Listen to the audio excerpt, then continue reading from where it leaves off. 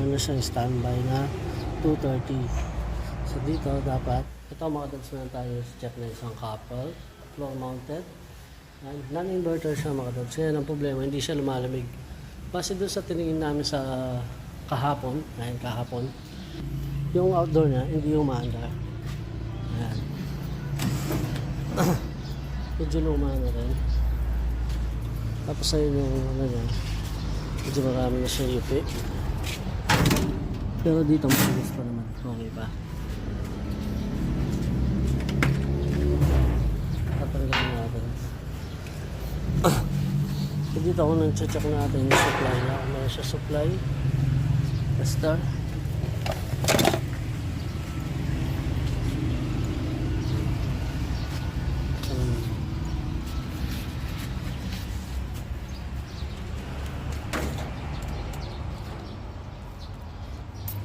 Naka-off pa siya.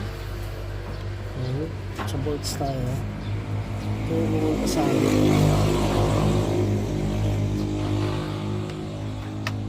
Meron na siyang standby na 230. So dito dapat wala pa siya.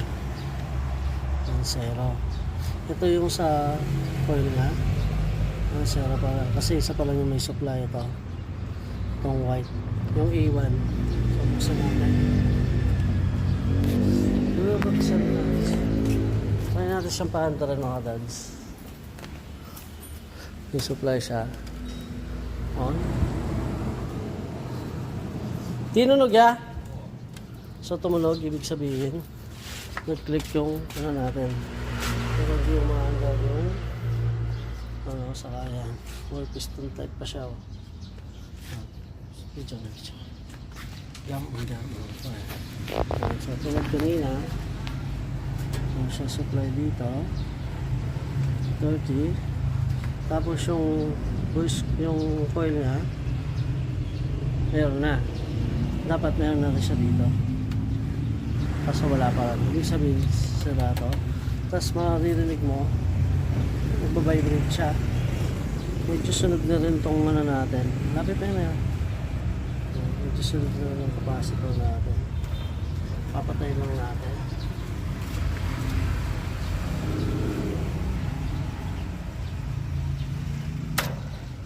Ayun mga kadads at narinig nyo, bumitaw yung magnetic contactor natin.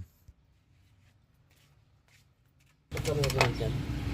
Kaya paslag ko na pa.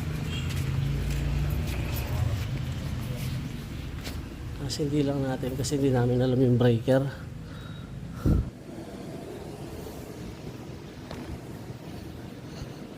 Dito nga pala tayo sa San Pablo. Bali ang gagawin natin mga kadads, papatayin natin yung breaker. Dahil hindi namin kabisado yung breaker niya, papatayin na lang doon. Tapos titingnan ko dito kung mag-o-off ba yung indoor natin mga kadads. Yan! Hapin yan! Mamatay na siya. So ganun lang tumawag ng patay na. Yan. Para siyang power. No, power. Yan, wala na. So para double check. Sigurado. Tapos mo yung power niya. Sa power of destruction.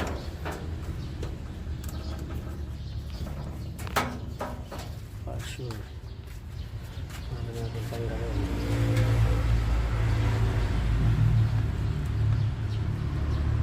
Ay, wala siya. Sarado natin talagang. Sarado natin siya. Dahil wala na siyang power mga dads, ready to kalas na tayo. Ayan, ang gagawin lang natin mga dads, tatandaan natin yung mga wire kung saan sila nakalagay para gayain natin doon sa magnetic contactor na bago na ilalagay natin. Tapos ayusin na rin natin to, ano, mga naging loose contact yan, kaya ganyan nagkaroon sila ng sunog mga dads. Papalitan na lang din natin ng pang clip yan o yung tinatawag natin terminal. So kung ano man yung tawag doon mga dads, ayan, para maging mas makapit siya, maganda yung contact ng kuryente natin. So, tara mga kadads, update ko kayo later. Let's go! Ito na nga pala yung bago nating magnetic contactor na ilalagay natin o ipapalit natin dun sa nasirang contactor. Ayan, so dyan natin siya ipipresto, same pa rin. Tapos yung mga wire na nahulog, ayun, kukunin natin para hindi na tayo magputol pa. Kasi ang dala lang natin dito ay 3.5, number 10 yung mga nahulog mga kadads. Ito mga kadads yung pinunod natin. Ito natin yun. Ito try natin siya. Kung hanggal pa. Kung hindi na. Sorry. Palit bago.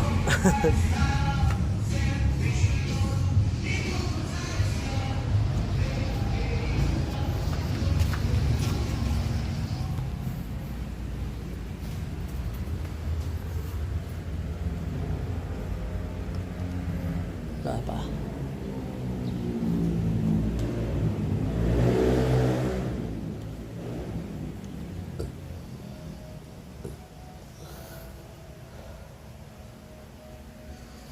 Tingnan natin, tagal.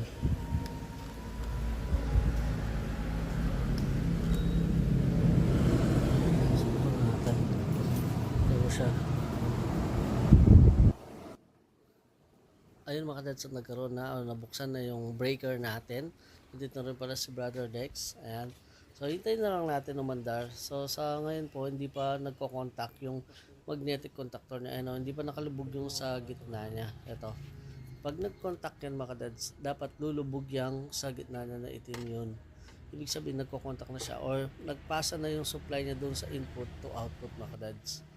Ayan. Ngayon mga kadads, kung nagdududa ka pa, baka pumasok na yung power, nag-contact na siya, pero wala pa rin. Ang gawin mo mga kadads, kunin mo yung tester. Sandali, kunin ko lang mga kadads.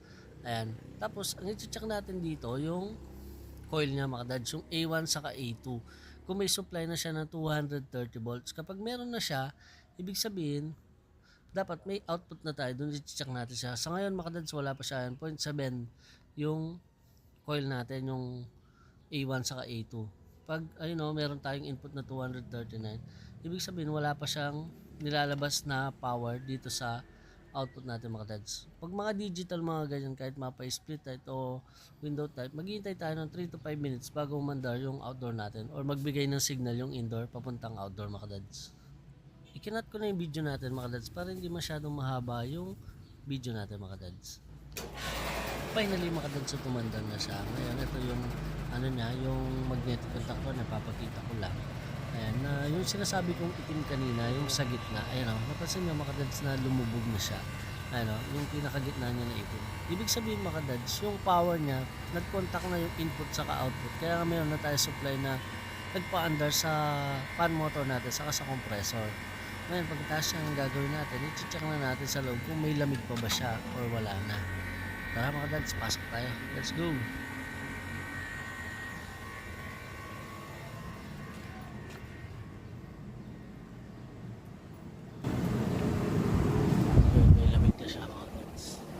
Lumalamig na siya.